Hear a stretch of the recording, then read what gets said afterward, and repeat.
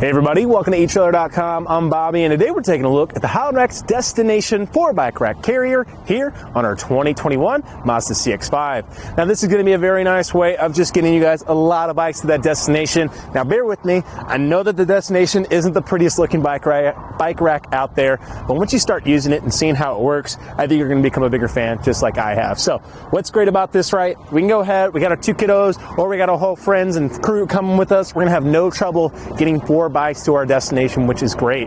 Now we are going to be limited to a 35-pound pound limit per bike, so that is going to be just a little limiting, but that's still going to put us well within our range to get most of our standard bikes and even up into those mountain bikes on this guy and get them wherever we want to go.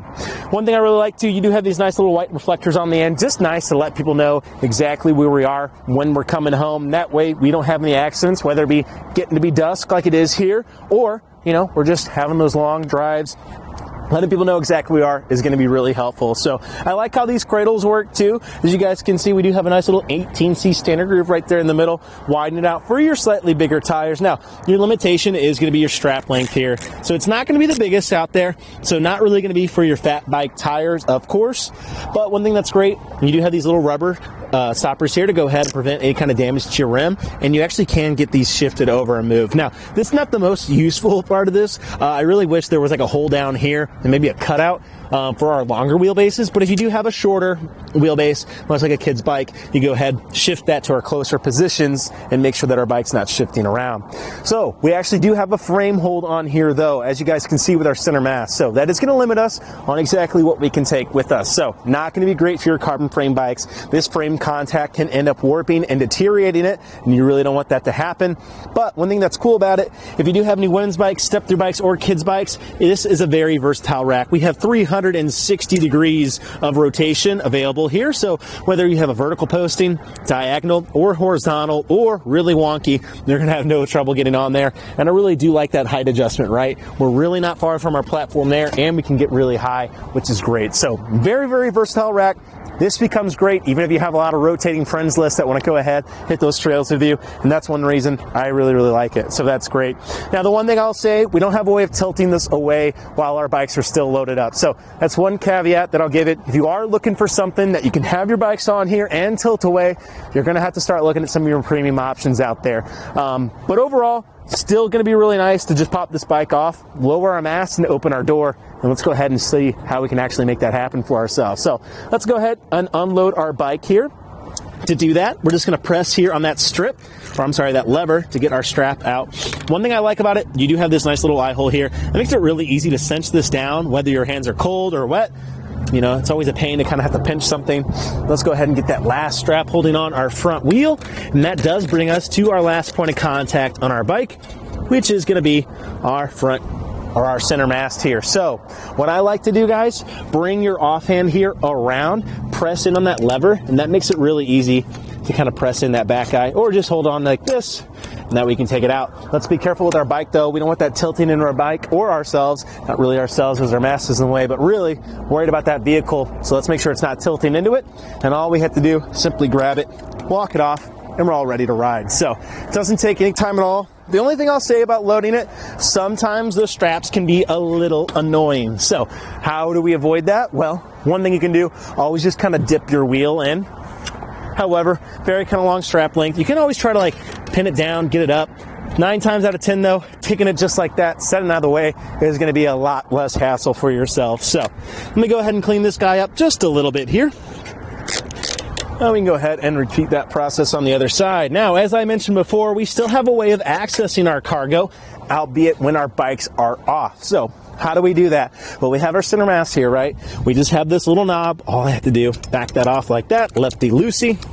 That's going to let me take that lever out just like so. And I can go ahead and lay this down either way. I like laying it over here for myself. And then I like to take this extra strap right here, pull this through, And as I bring that down, I just simply lock that through and hold it in place. That way, it's not going to be popping up, which is going to be excellent for just in a second when we actually get this folded up closer to our vehicle. Before I do that, though, we have a couple dimensions we need to check. First one's going to be our clearance. So how much height do we have between our wings here and the ground? So we don't want this making contact, right? Busting up and making contact, and therefore could damage our carrier or our bike. And looks like we're sitting at 17.5 inches there to the very end. So now that's not the worst I've seen. It is slightly low, I'll give you that. We are on the Mazda CX-5 here, so not a lot of wheel height to kind of work with already. One thing I'll say to that, you have very steep terrain that you're going to be encountering. As those front wheels go up, your back wheels will go down, and so will your hitch mounted accessories. So just keep that in mind as you guys are traveling. But let's go ahead and see how much length we're adding. Now, obviously, we do have a 4-bike platform rack here, so it is going to be just a little bit that we're going to have to watch out for. So from that rear of the bumper to the very end now is putting you at 40.25 inches to the very end of our reflectors. Now, that's not terrible, especially for 4 bikes, and we do have a way of actually shortening that down. How do we do that? Well, we're going to come right to the inside here. Oh, and I'm sorry. My cameraman's telling me I definitely should show you guys. We actually have ample clearance to go ahead, open that hatch now. That was the whole point of dropping down that center mass. Now I can get in here, get those coolers, bike helmets, anything else I might need. It does have a nice little spot too if you need to swing in here, change your shoes, even on your carrier. It's not going to be too bad, which can be great. And I really do like that we have that access. Like I said though, definitely gonna have to take those bikes off, which can always be a hassle, but if we're already there, no big deal for ourselves. So now we can go ahead and see how we can actually shorten this down. To do that, we just have a little clip here that gets pulled out just like that. And we have this really nice hand knob. I like it because it's nice and large, a lot of contact points, so even if it's cold or wet, again, I'm going to have an A-OK time actually grabbing onto it. Now I can simply walk this up. Now we're not going to go all the way. It actually is going to have a position here that you're going to need to find. Looks like I've done it expertly so. And then I can just simply slot this in just like that. So just be a little careful. You can over tilt and you could potentially make contact with your car, but as long as you're guiding it, it has a pretty good resistance and it wants to sit in place. So with that tightened down though, that really takes that shake and play out too, right? So we're not going to be feeling this in that position. The only thing we are going to have to look out for is how we're interacting here with our taillights. So honestly, not too bad. We're staying pretty well within our limits here. We still have our reverse light that's going to be seen, which is excellent. And again, with nice distance here, it means we have good admittance. So I don't think we're blocking that at all. I think everybody's going to know exactly where we are. And that way, everybody gets home safe once again, which is excellent. So that's really going to shorten down our space that we had to work with though. So let's go ahead and see how much now we're extending from the rear of our car.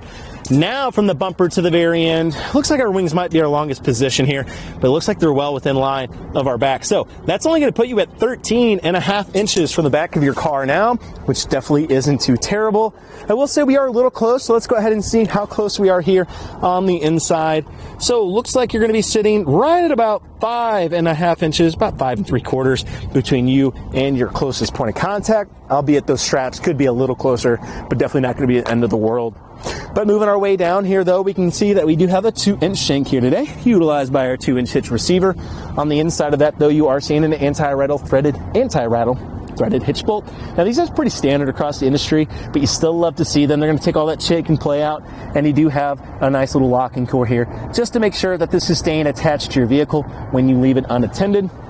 And again, as I give this guy a shake, you can see that anti-rattle bolt really doing a good job of making sure that this doesn't go anywhere and it's moving with the car. It's taking all that shake and play out, making for a nicer, smoother ride for you, your bike rack, and of course, your bikes, which is great. Now, the one thing I'll say about the destination though, you don't have a cable lock to go ahead and secure all your bikes. So I would recommend just grabbing yourself a cable lock here at etrailer.com. A long one, of course, because you do have 4 bikes and 4 frames to go through, but then you can plug and play that into any of these frame joints here. And that way, nobody can take your bikes when you leave them unattended, which could be great. So overall, I'm a really big fan of the destination. I know why a lot of people aren't. It looks bulky. It doesn't look that clean.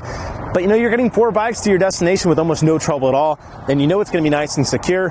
The one thing I'll say to it, doesn't have a lot of weight capacity. So if that's your issue, if you have your heavier bikes and you still want to take out a full crew, definitely going to have to start looking at some more premium options. The Kuat Envy always comes to mind because you can get 4 bikes on there at a 60-pound capacity, but albeit that is going to be way more expensive. So I'll let you guys do a little perusing if you want something that's going to be just a little beefier than this guy. But honestly, it does a great job of just getting your standard and your smaller bikes to wherever you guys want to go.